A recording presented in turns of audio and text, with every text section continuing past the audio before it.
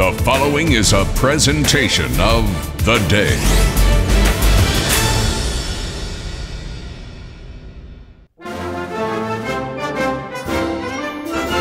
Leave it to the wizards in New London. Somehow, over the years, they've configured a complex algorithm and managed to invent a 3-day festival that approximate, well, what you'd get if you fused a World's Fair, Mardi Gras, and the night sky over George W.'s Baghdad. We call it Sailfest, and we're smack dab in the middle of this year's 37th edition. Yep, it's Saturday night, and that means we're counting down the minutes until the annual fireworks extravaganza.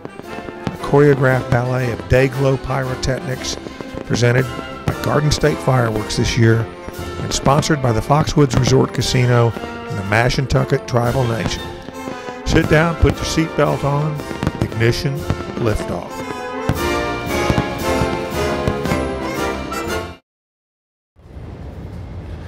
Thank you guys so much for joining us. This is the second annual presentation of The Day, live watching the fireworks extravaganza from downtown New London and the seafront at Sailfest, the 37th Sailfest. My name is Rick Coster. I'm Kathleen Edgecombe. Together, we are your hosts for the second year in a row. And between us, Kathleen and I, if you add up the years, we've been at the Day roughly since the 7th century, which... I thought it was the Ice Age. But 7th century, but there's a coincidence because that is when the Chinese invented fireworks, Kathleen. Oh, Rick, you're so smart. So if you believe in cause and effect, you could say that the Chinese invented fireworks not for anything that was going on back then, but because this very night, Saturday night in New London, that's why it was all supposed to happen. How many of these things have you seen? Almost all of them. So hometown girl, you've been, and you guys, your family used to every Friday night. Yep. During Sailfest would gather across the street over there. Hang out, see all the townies that you haven't seen in a year. This is about as beautiful a night for fireworks as I can remember. It's gorgeous. And last year was humid, oppressive. A little foggy. A little foggy. I was going to say stinky, but foggy is good because if you remember last year, the fireworks show was sort of derailed by a massive fog bank. Massive. And I think that there were thousands of people that they were disappointed. Yes, a lot of people. 2 of them were Kathleen and I because we were sitting on this roof and they didn't have a hell of a lot to say. No, we had nothing to say. Well, our jaws dropped. Our jaws dropped and we looked at fog. But I will say that this is the best Sailfest night I can remember, and crowds are pretty good. Beautiful. They're flocking to the waterfront. They're noisy. They're happy. They're not throwing bottles from across the garage. Not heckling us. Not heckling us like they were last year when it was humid. Yeah, it's a very happy crowd. So, this is the Garden State Fireworks is going to put this on for us tonight, and sponsored by Foxwoods and the Mashantucket Pequot Tribal Nation. And you know that they are dedicating this show to the Coast Guard Museum. I know. I think it's pretty cool. That's pretty cool. It's going to be neat when it's here. Yeah, it is going to be neat, and I wonder what it'll cost to get in. It'll be free to New Londoners. There you go, just like this is free. And so I think what we're going to do now is show you a little bit of what happened last year when we were up here on this roof and it got foggy. Tonight marks the second live streaming presentation on theday.com of the fireworks extravaganza here at Sailfest. Last year's inaugural show was something Kathleen Edgecombe and I looked forward to with excitement and anticipation, right up, that is, until the oppressive bank of fog cruised up the Thames River from the Sound and obfuscated the night sky. With no possibility of rescheduling the fireworks, the decision was made to carry on in spite of the fog, resulting in what appeared to be 20 minutes of dimly blinking holiday lights as seen through a swath of gray cotton candy. Looking back, in spite of what must have been disappointing for the gathered thousands, it was sort of a unique and interesting experience.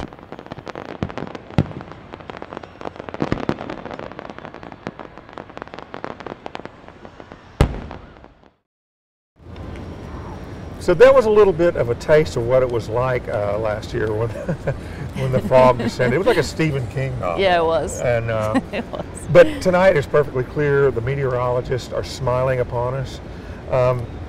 You know, Kathleen, it was frustrating for us being up here. That's being selfish about it. It was frustrating for the thousands of people. But didn't you sort of feel sorry for Garden State Fireworks? Yeah, I felt really bad for them. They're the nicest guys. They're really nice, and they do a wonderful job. And the thing is, it's a no-win situation. There was no way they could postpone it and do it another time because legal restrictions, Coast Guard and stuff. Yep. And then someone pulled the trigger and said, let's try it, maybe. Yeah, it was too bad. It was too bad. But they'll make up for it tonight, I think. Well, you know, I wonder how they make those patterns, and how do you make something like that work? I could rub two sticks together and maybe get something to ignite, but I don't know. I could do a campfire. You could do a campfire. Did you ever have fireworks when you were a kid? Sparklers. Only sparklers. Your family wouldn't let you blow stuff up? I don't think they're illegal in Connecticut. Oh, well, I grew up in the South. Not only are they legal, it's like, where's your fireworks? If you haven't lost a finger, you haven't lived. Exactly. So, I don't know. But anyway, I have a great deal of appreciation for people that can put something like this together. And again, it is our privilege to be on the roof of the day during the 37th Sailfest. And in about 20 minutes, we're gonna do the fireworks. And one more time, I'm gonna tell you right now, explosions will abound. Big ones. Colorful ones. Beautiful ones. And right now, here's an interview with the main honcho behind Garden State Fireworks, talking a little bit about how they actually do this. Last year, when you spend hundreds of hours in the pre-planning phase, and you have all this choreography, and exactly what you're waiting finally to see the final product. When you have a night like that where you can't see anything, it's very frustrating, and certainly it's not really about us per se. I mean, we love it and we're enthusiastic about it and we go crazy. We certainly want to see it, but we also want people to enjoy our vision. There's so much that comes into play. It's not about necessarily, these events are very, very large in scope. They require a lot of emergency management. There's a lot of organization, a lot of planning, a lot of spectators. The decisions are made for a variety of reasons, not necessarily always based upon what the end firework product would be. When you deal with musically choreographed fireworks displays, we're always constantly trying to make sure that we're coming up with the most original types of arrangements of music, along with soundtracks that appeal to people of all different ages. You're going to see just a wide array of different types of fireworks. The range of colors, from aquas to pinks to the fine golden umbrellas that we normally would shoot. So some standard classics, and then just a lot of pulsing strobes we'll be using during different arrangements. We're shooting one of the soundtrack selections is Pompeii this year by Bastille. For us, it's more of just coming to do what we do and really just putting on a great display. We were ready last year, a day in advance. We'll be ready again today. And it'll just be more of just final preparation and organization tomorrow to just get the barges in place. So I think for us, it's somewhat kind of like a rematch, but it's more of just, we want to see the end product. We want the people to enjoy, like I said, that vision. So I think that's really what we're looking forward to the most, because it is a beautiful, beautiful area to display fireworks. I've been here all my life, so I've seen it grow from something big to something huge. Well, Sailfest is just, I think everyone marks their calendar from year to year, and they just know it's the time. Really, for us here in New London, it's a lot of family reunions, family get-togethers, reason for people that have moved away to come back to New London. What I like the most is seeing people that I haven't seen in a long time. Working here at fire headquarters over the years, from firefighter on up to chief, I've seen all my friends come by, we talk. Well, my favorite moment is really meeting new people. And if you are going to be involved in an event as large as Sailfest, you get to meet a lot of people. My favorite memory is, I don't know, I can't, there's so many, seriously. There's just so many. We would sit on railroad tracks. My husband liked to be under the fireworks, and he didn't like to be far away. It was Op Sale 2000. Unfortunately, that we had rain with the fireworks, but the whole family was together down at the newly opened Fort Trumbull State Park, and it was just a perfect venue. It wasn't a perfect night, but still it was a great time with family and friends. Thank you guys so much for joining us. We're on top of the roof Of the day. My name's Rick Koster. This is Kathleen Edgecombe, my friend and longtime colleague. We're proud to be streaming live from theday.com, and wherever you are that might be watching this, thanks for joining us. You're about to see a pretty incredible fireworks show. They do it right here at Sailfest. Don't they call it an extravaganza? They do call it, but technically it is the fireworks extravaganza. And I could almost spell extravaganza if you put me up to it. But, you know, even though this is a focal point, one of the great things about an event like Sailfest is there's several layers and components to it. Yep. And for almost anybody that's ever been to one of these things or goes to a county fair or a state fair, carnival or whatever, it's the food. It's the food. I agree. The food is so awesome. And what's your favorite? Oh man, you went today and you walked around. I went today. My favorite is the fried dough because it's the only chance to really get fried dough. But I didn't get any today. I might have to come back tomorrow. How do you have a favorite and not get it? I don't know. I went for meat on a stick, which I believe some people call shish kebab. Yeah, the shish kebab. It was good. It was very good. Beef or chicken? Or? I'm not sure. I think it was pork. I'm not sure. Horse? Pork. I had a horse kebab. Pork. And clam fritters, which were delicious. All right. Even had clams in them. Yeah, clams are good. Delicious. Well, I tell you what, yesterday, our colleague and friend Jenna Cho, city editor and food blogger of the day, good food and we went out as Sailfest opened, and we made a tour of all of the real Carny foods. Ooh. And we put together this video with Carlos Vergen and Pete Whoppy, and this is what we did. Okay. It's a fact. There's no tastier food in the whole world than what you find at a ballpark or a county fair or a carnival. In that spirit, consider the sheer volume of pizza counters and fried dough trucks, corn dog kiosks and lemonade stands, and on that dot the grounds of the 37th Sailfest in New London like mustard-spangled stars in a galaxy of calories. A stomach-growling tag team from the day was on hand to orchestrate a full-on assault. We call it the Great Sailfest Full Speed Ahead Circus Food Campaign of 2014. We are kicking off this culinary excursion with a baked potato, a deluxe baked potato. It seemed like the most healthy way to do it because it's got steak, butter, sour cream, cheese, and bacon. So I'm really excited about this because I've never had any deep fried green beans. I'm from the South where we even deep fry our children. That's really good. Yeah, it's real good. You look deep inside the coating, you can actually see a tiny green bean in there. If it looks like Jenna is eating a sugar-powered brick, it's not true. It's a real big slice of cheesecake. Naturally, I got the point of the stick. Yeah. And we just got regular pad thai. We got jambalaya here. Vegetarians beware. At this Greek food vendor, and they have either gyros or gyros or gyros or gyros or gyros. And since we don't know how to pronounce it, we got a pita. Part of the ritual of the corn dog experience is to apply the mustard. Can't go to a carnival without a corn dog. That's right. It's a rule. Now, just as a corn dog is a requisite thing when you're eating Carny food, so is a Dell's lemonade. And have you ever met Dell? I have not met Dell. Jenna, we've eaten at about 7 or 8 places. It's probably a lot of food. What do you think? I'm pretty stuffed, but you know, in a good maybe way? 15 minutes and I'll probably be ready to start again.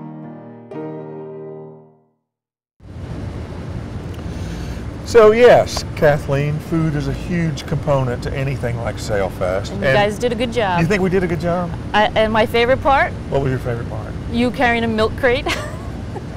I was carrying a milk crate. Do you know why? Well, I saw Jenna standing on it, but I thought you were going to bring all the food back to the newsroom and share with your colleagues, but I don't think there was a drop left, was there? No, we ate a ridiculous amount. And here's what irritates me is at the end of the day, I gained 7 pounds, and Jenna, who actually ate about 60% of what we gained 4 ounces. Yeah, I know. But we did a good job, and it was really good. I could do it again. What was your favorite one? I think the baked potato. The potato, that looked good. With nothing healthy on it at all.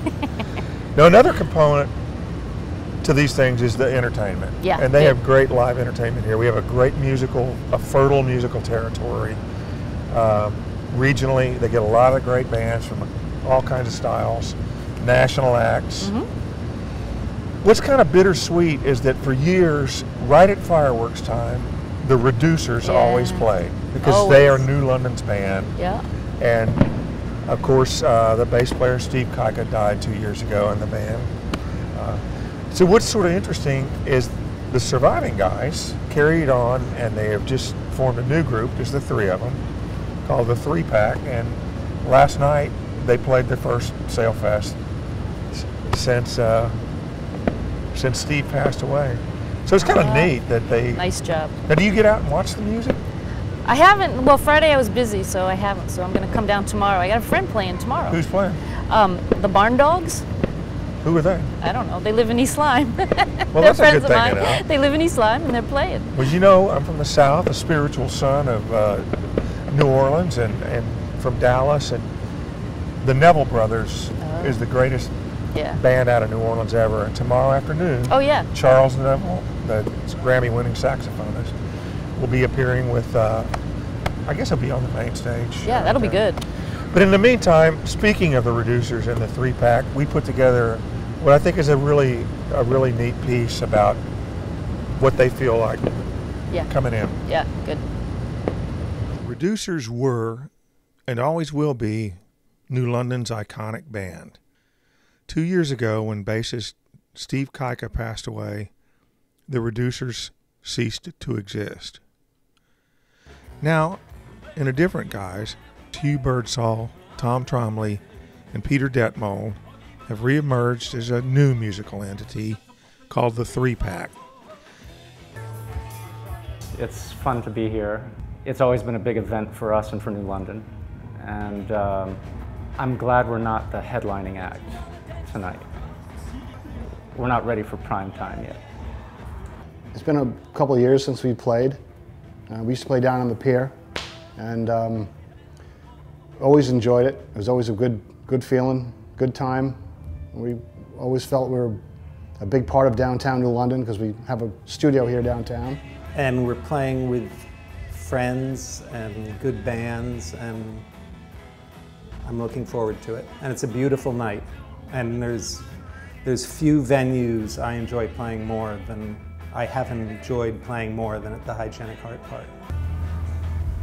Is it bittersweet to play? Yes, but having said that, I'm very glad that Hugh and Tom and I have found a way to continue. So, obviously, I wish there were 4 of us, but I'm happy to be here with my old friends, Hugh and Tom. Yeah, and actually, I can tell you why.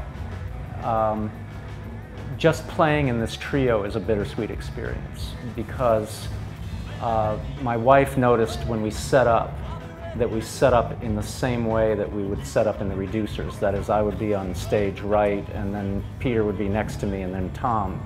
And so there's this big gap there. And so we've been talking about switching places and having me set up on stage left and Peter on stage right. You know, I miss Steve every day, and I wish he was here. I wish we were, still doing what we did. This is something new for the 3 of us, and we're still finding our way through the musical wasteland, and we're having fun. And it's different. It's not what we were. It's not what how we were. And the Reducers do have another record coming out shortly. Our last recorded material and some of our old lost material. And so, we've been going through that, and that brings up a lot of feeling. But we know we're going to try and press on as a 3-pack and see what happens. And this is like our 3rd gig live, so we'll see what happens.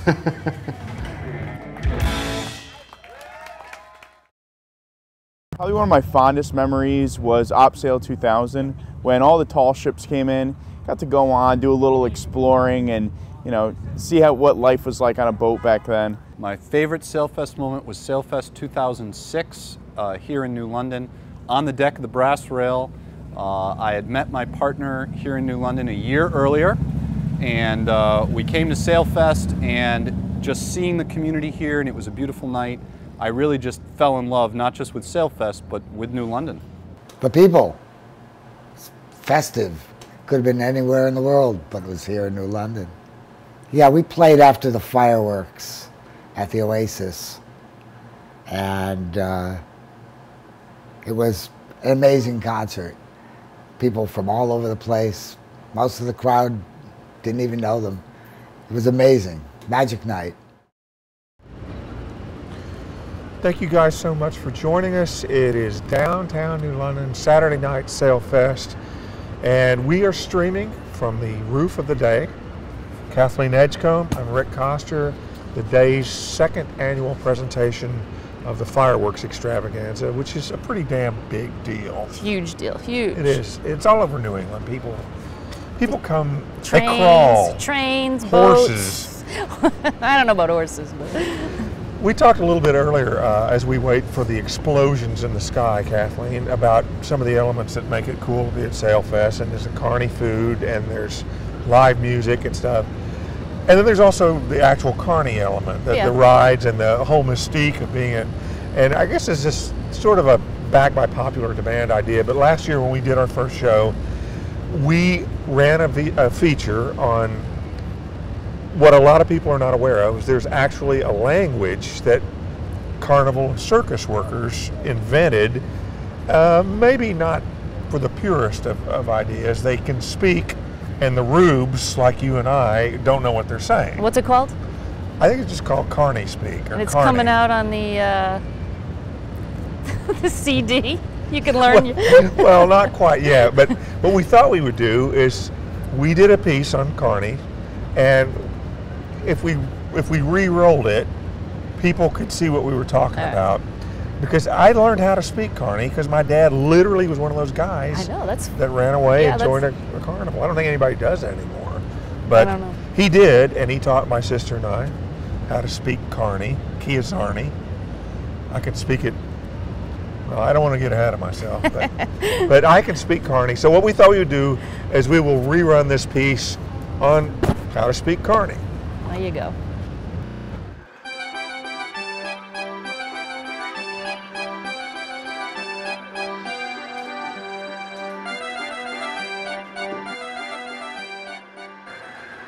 Do you speak Kiazarni? It see as though he as happens, I do. Riaz olds Riazide off the Tiazung, doesn't it? Stop me if you've heard this before. Someone's 16 years old, they're gonna quit school, run away from home, and join the carnival. Actually, don't stop me because my sainted father literally did quit school at 16. He did run away and he did join the carnival. And that explains how years later he was able to teach me to speak Carny. Carny is a language that circus and carnival workers invented so they could communicate with one another without the customers or the marks knowing what they were saying. As in, Fiazé, there's a Miazark. Or, Weazoops, the Fiazeris Weazil just expleazoded. Or even, I think, I Weazunt, a Neazother hot Diazog. Sadly, Carny as a language died out over the years. It's gone the way of Latin or Greek or Chaucerian Middle English. Nobody speaks it anymore. What I'm hoping someday you can go into any high school or university foreign language department and once again become fluent in Carny. Until that time though, why don't you just, the next time you're at a circus or a carnival, walk up to one of the workers and go, Kiazé there, Kiazarni Miazan. Either he'll give you a high five or maybe he'll even give you a job fixing the Ferris wheel that exploded.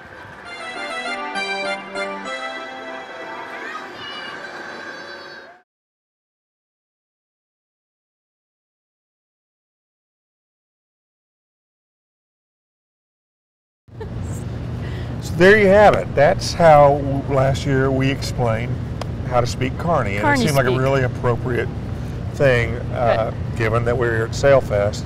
Now, as announcers, as amateurs, we're sort of amateurs. Yeah. Well, you're the professional. I'm the amateur. No, we're both amateurs. But I've always wanted to say something like this, like you see on ESPN or whatever. It's like, what do you want to say? The tension is mounting, Kathleen. Look behind us. Lots of people. The excitement is palpable as we count down to the fireworks, which will explode any minute. Can you say that in Carny speak? I am. Now, speaking of Carny speak, we were sort of laughing about it, and I hope you guys enjoyed that, but we fantasized, if you will, what would happen if that had gone viral and all of a sudden everyone in the world wanted to learn how to speak Carny. And you got a contract with Rosetta Stone. That would be the ideal thing. You could quit your day job. I could quit my day job. Live off the royalties. And I would get a shout out. You would get a shout out. You'd have to pay me too. But. PSA, that's how you say it. PSA, Ackenscray. I don't know. F. So what we decided to do was, what would happen if that really did occur? People really got curious about it, and you could actually take a course in it in college and learn how to speak Carny. And as you say, ultimately you could take Rosetta Stone tapes. Would you drive around and listen to it? Yeah, definitely. Learn how to speak Carny? Definitely. And then you could order your sea sausage on a stia zig. And I would sausage on a stick. That'd be easy. Anyway, we put together this video about what would happen if you could actually turn professional teaching someone how to speak Carny.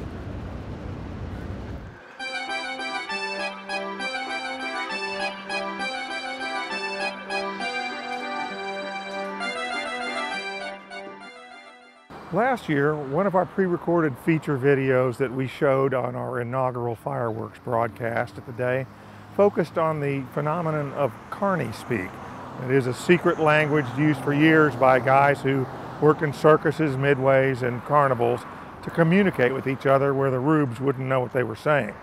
Now, since we did that video, which was sort of a joke, Stephen King, the immortal novelist, came out with a wonderful coming-of-age story called Funland, and one of the plot elements involved Carny speak. Now, I'm not going to pretend that Stephen wrote the novel based on having seen our video on Carny lingo, but that can't change the fact that overnight, curiosity from citizens has just blossomed for the phenomenon of speaking like a Carny. As such, I'm proud to announce that I am the new professor in the language department here at the college, and I'm teaching undergraduates beginning and intermediate courses in how to speak Carny as part of their liberal arts program. So that way, you could actually come to college and learn a dead language like Latin or Greek, and you can also learn an almost dead language that's coming back like Carny speak. So you could conceivably translate the Latin of Thomas à Kempis, for example, from the Latin into Carny speak, and you could say stuff like "Sia zic triazanzit gliazoria miazundi," which is Carny for Latin for "the glories of the world are thus ended."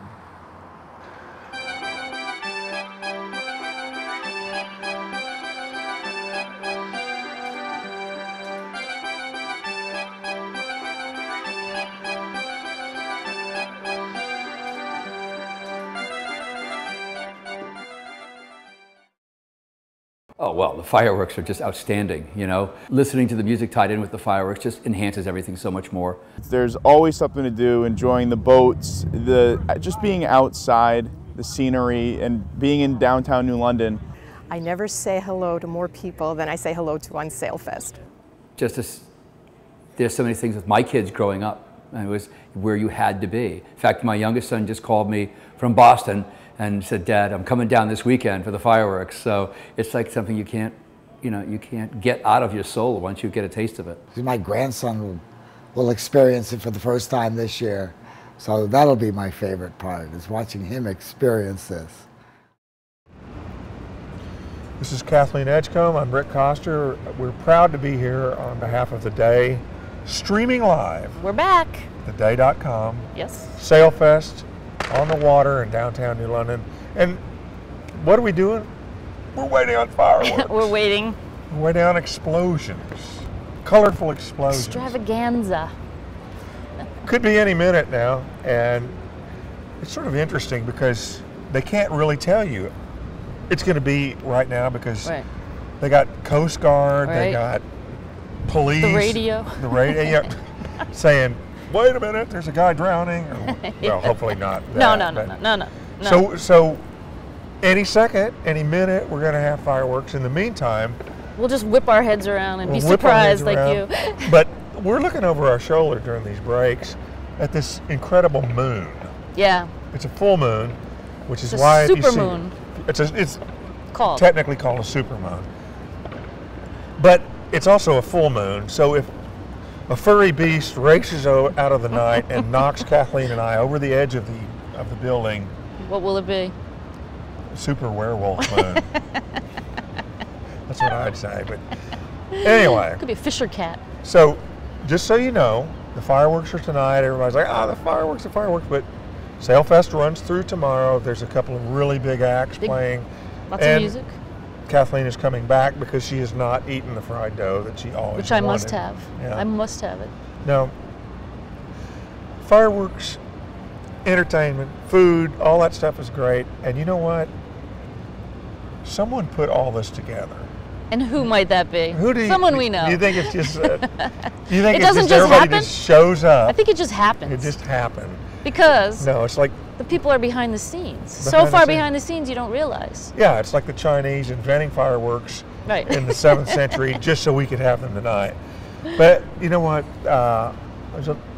There's a lovely woman named Barbara Neff that works really hard, and she's the executive director of Sailfest. And Pete Wappy and I sat down and we talked to her about this. She's great. You know what? I'm going to tell you right now, because this is an unpredictable thing, and the fireworks could start at any moment. Let's listen to Barb, and if for some reason she suddenly vanishes and there's explosions in the sky, you'll know what happened. But here's Barbara Neff, the executive director of Sailfest. My sister is an attorney. So if you ask my sister what she does, everyone knows what she does. So my family asks me quite often every year, what do you actually do? And my answer is sometimes I'm booking bands, sometimes I'm talking to vendors, and sometimes I'm booking porta potties. I don't think people understand, it's like when you're growing up, it's like, let's put on a show, and you go out in the backyard and you have a play or whatever, or a carnival, a little carnival will come to a parking lot at the grocery store. You have to coordinate so much stuff, and I'm not just talking about getting carnival rides, live music, and food vendors or whatever. You've got all kinds of civic things. You have to parking, coordinating with the fireworks.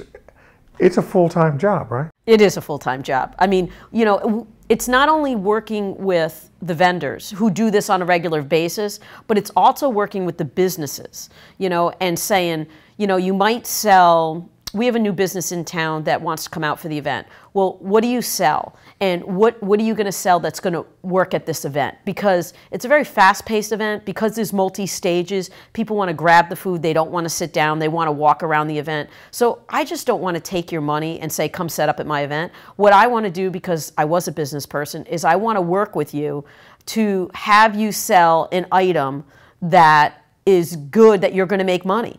If a vendor comes to me and says, I want to sell soup in July, and I'm like, no, you don't. You don't want to sell soup in July. Where does the executive director get to watch the fireworks?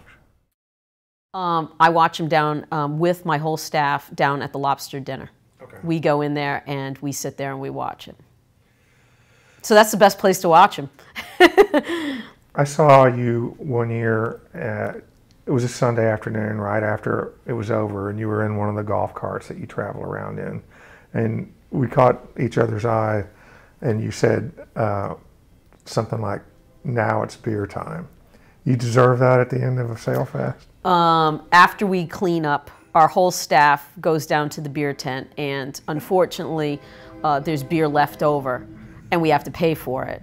So we all have a beer and we reminisce, and it's actually like a meeting. We all, because we're all so busy during the weekend, we actually sit down and we all have a beer and we all talk about like what happened. Like, oh, you should have seen this lady, you know, and her kids on the amusement ride, or you should have seen this person doing something. And so we all just sort of meet and go over the weekend and talk about like what happened, and so we all know going back on Monday, hey, when we get a call to the office that something happened, we all know what's going on. Somewhere there, out there in that crowd behind us, Kathleen, is Barbara Neff, I hope. Yeah, I hope she takes at least 5 minutes off and watches the fireworks. Oh, I don't think so. I bet she doesn't. No, she's a mad woman running around. You know, I saw her on a couple of years ago when Sailfest ends at 6 and Sunday afternoon or whatever. And I was going back to my car because I'd been here to see a band. Yeah. I'll be damned if she wasn't out in a golf cart, Oh, yeah. literally picking up trash. Oh yeah, she's amazing. She's amazing. Yeah. It is. Hey, you know one thing I wanted to say, and the fireworks should be any second from what we understand, but kind of an excitement, a little bit of controversy today, but What? the Amistad is here. It came. It's so Because- exciting. Isn't that weird though? What a weird situation. It looks beautiful. It's beautiful, and I'm glad it's here. And I'm not a political dude. I don't know what the hell happened, but Yeah, I know. It's And- hard to say. it is hard to say. But We're remaining neutral. I have no opinion on it other than it did show up. But I was wondering, like, if you decide, make the decision to move a huge ship, Yeah. well, what happens if a strong wind holds you back or something? You'd have to tack. See? Are you a professional sail person? No, but So, but it arrived and it looks good, and people were on there boarding it. and as I understand it, the Amistad is actually the barge they're using to shoot the fireworks from. No, just Just- kidding. Just kidding. Just kidding, I wouldn't do that to you. But so It's we the are- Morgan. The Morgan. They're launching from the Morgan. And by the way, the Morgan, which is in our paper a lot. Yeah, a lot. It's People love the Morgan. We love the Morgan. Did you go on the Morgan? No. Did you do anything at Sailfest? Like, did you get on the Amistad? Oh God, no. You went and got 3 pieces of food, and that was it? I got 3 pieces of food. I ran into a ton of people I knew, which was fun. So you get talking, and you know, I bought a scarf. I learned how to make well, I didn't learn. I taught the guy at the scarf booth how to make a vest out of a scarf, which that's for another day. Yeah. Yeah. When I it have is. my own how-to video. Did you ever have a scary moment at a carnival or a fair? Sailfest, one year it rained during Yeah. the fireworks, and people freaked out and started running like mad rats to get away from the rain, which, you know, it Was was it like 100 degrees out and you're getting wet. It felt good. But people started running, and some woman fell over a log and broke her leg. That was kind of scary. But other than that, no. Well, I'm from Dallas, and they have the largest state fair in the world. Oh, the or crowds. State fair in the country. And when I was a little kid, I got lost. I wandered off. Oh. And you'd think that would make me sort of paranoid about fairs, But you're not. no, I liked it. Oh, you I liked it. you liked it. I liked it. I was I'm sure your parents didn't like it. I was disappointed when Mom found me. You know, someone shepherded me into a lost. Did she say, and "Don't found. ever do that to me again"? Yeah, she did say that, and I was like, but I liked it, you know. So I don't know. This could have led to a career in the carnival, but so this is Kathleen. Why did you Edgecombe. never run away with the carnival or the circus? Because my dad told me not to, because he had done it. Oh. And he had a lot of great stories about it, but every time he would try to tell my sister and I stories about the carnival, my mother would be like, no, don't tell any more stories about the carnival. Because that was a little different. They're like these guys, we have done features on them in the past. Last year at the inaugural thing, we showed a really nice piece with the guys that run the carnival stuff. Yeah, They're all professionals, Yeah. 3rd or 4th generation or whatever, but there was some... Back in the day? Back in the day, there was some It was wild Carny. dudes, you know. It's like that movie, that 1930s movie, black and white movie, Freaks. Did you ever see that movie? I did see Freaks. And did you ever see, what is the Ray Bradbury thing? Something Wicked This Way Comes. Oh, no, I never saw that. Oh my God, it's such a good book. If you could tell, Kathleen and I are waiting on the fireworks. We're winging it. Because they're late. They're so late. We got nothing to say. And Well, I got plenty to say. Oh, It's you like, got plenty to say. I got nothing. I'm turning around, I'm looking for them. Where are they? People are milling around restlessly. We can hear the crowd now. We couldn't hear the crowd before. Now we no, can hear.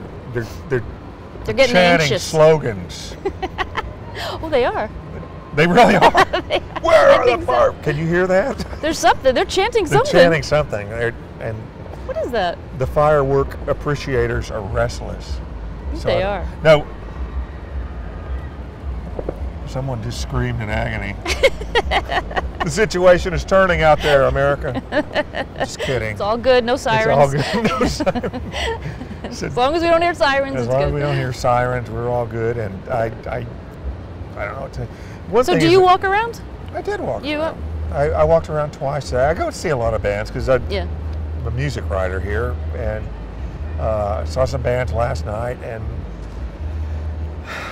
But the thing is, you start to get sweaty, and then I knew I had to do this. Yeah. Fireworks. Oh, I heard something. Enjoy, folks.